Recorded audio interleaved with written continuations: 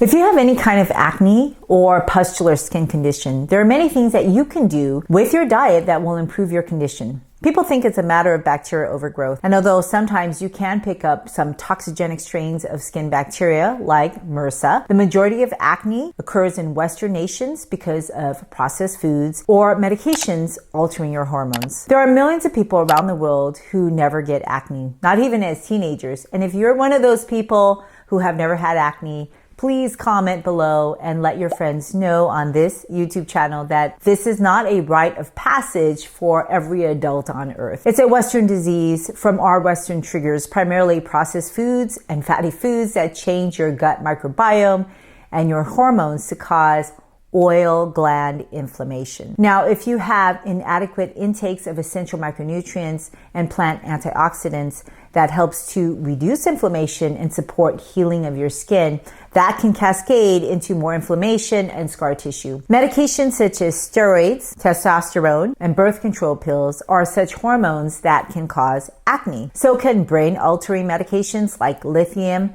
lamotrigine, and phenytoin. And this is because your nervous system is an integral part of your skin. And that's really how you can touch and feel. When neurochemicals change, be it from stress or medications or from disease, this will present as symptoms on your skin. And if you have acne, cut down on processed grains, sugary food, and dairy. Chocolate has also been associated, even dark chocolate. Keep a food diary. You may be surprised at which foods can trigger your body to be more inflamed. For some people, simply removing those foods and eating lots of fresh vegetables and fruit is good enough to take care of the problem. It prevents inflammation and promotes healing. I'm a big fan, though, of supplements. And for those of you who think getting designer IV vitamins is a good idea, you may want to think twice. There's a right way and wrong way to do supplements. IV vitamin B12 makes people actually get acne because you turn on bacteria genes that make inflammatory molecules that cause inflammation in your skin. And this is why you don't really want to overdo a good thing. Vitamin B12 shouldn't exceed 5,000 micrograms a week unless you're deficient or monitored by a healthcare worker. Itching is another condition that's super common and can happen with or without a rash. Sometimes your skin shows the first sign of inflammation by itching. And really the inflammation starts in your gut. Maybe you ate a nut or you took a medicine that you're allergic to. It's important that you stop eating those things and stop taking those things that make you itch right away. Your gut is the largest immune system, and when you eat something wrong, your excited immune cells release histamines that make you itch. Alcohol, cheese, fermented foods, processed meats are all histamine-inducing foods. You may want to avoid it if you are itchy. Eczema or atopic dermatitis is another itchy skin condition that can result in infections and scarring and is another sign of inflammation that can start from your gut. People with eczema can get asthma, lymphoma, and other autoimmune problems. It's rewarding for me to see my patients' eczema disappear when it's really a side benefit of optimizing their micronutrients for other medical conditions. I treat skin conditions from the inside out because just recommending something topically is often just temporary. This is true for eczema. So if you're just going to put steroids to make eczema go away, those topical steroids can permanently thin your skin and suppress your immune system. However, it's sometimes a bridge necessarily to quiet down the rash and the itch, but it's not addressing the root cause. And this is why you have to keep applying it. Oftentimes, changing to a whole food, plant-rich diet is dramatic at eliminating eczema because it just crowds out inflammatory processed foods. And more importantly, you're going to give yourself the micronutrients found in those whole foods that are critical for your skin to repair. For my patients, I usually encourage, number one, dietary changes along with a diary log.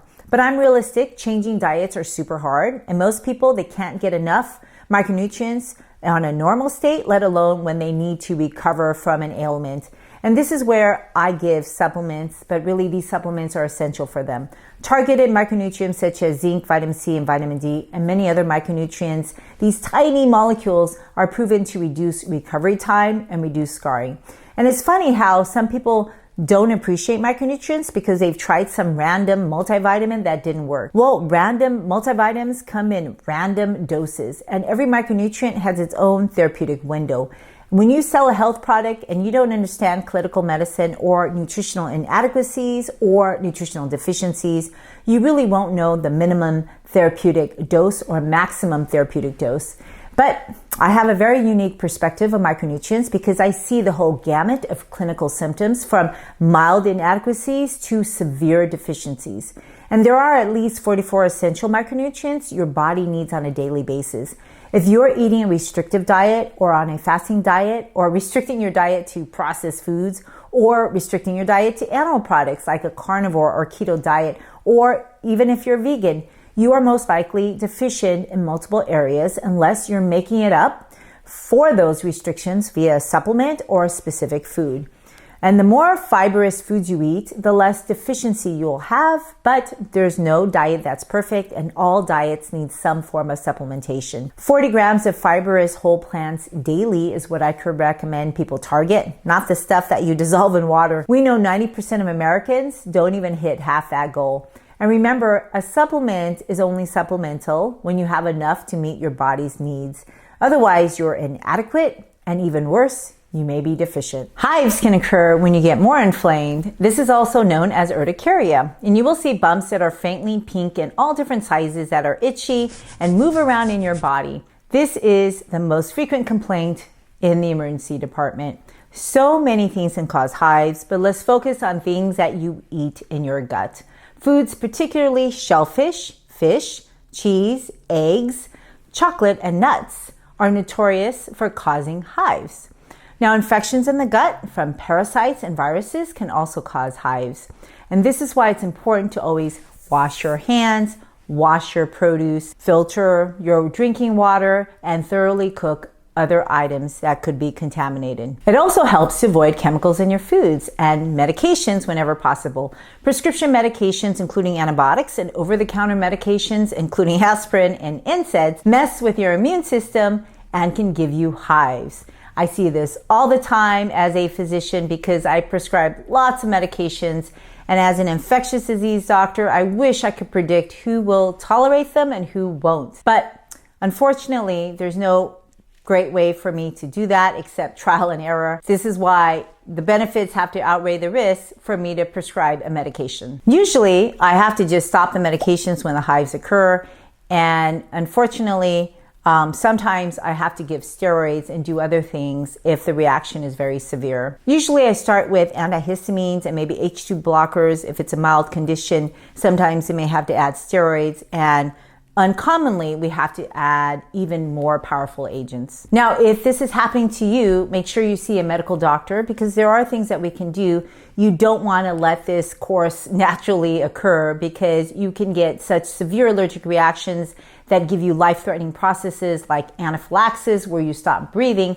or Stevens-Johnson syndrome, where you just start peeling like a burn victim. Neither one is good for your health. Now, psoriasis is another one of those conditions I commonly see because they get infectious complications. They take biologics or immunosuppressants to control their inflammation. This is a T-cell mediated skin condition that classically causes thickened silvery plaques over joints. It's really an autoimmune condition because people who get psoriasis are also prone to get Crohn's disease. Just like Crohn's, you kind of have to have the genes for it, but your environment turns on these genes. Things like alcohol, smoking, pain medications, even ibuprofen or blood pressure medications such as ACE inhibitors, or psychiatric medications such as lithium are known to promote psoriasis, even anti-malaria medications. Obviously, if you have psoriasis, you want to avoid medications if possible, but sometimes it's not possible. But diet is super important. Although there is no officially recognized diet, many people definitely have found benefits when they target whole food plant-based, keep a food diary to see what they can tolerate and what they can't tolerate. The goal is to control your psoriasis through food and lifestyle, and to really only use biologics when you absolutely have to. It will suppress your immunity, it will disturb your gut microbiome, and it could lead to other medical complications. Remember, make small aims because they can lead to great health gains. See you in the next video.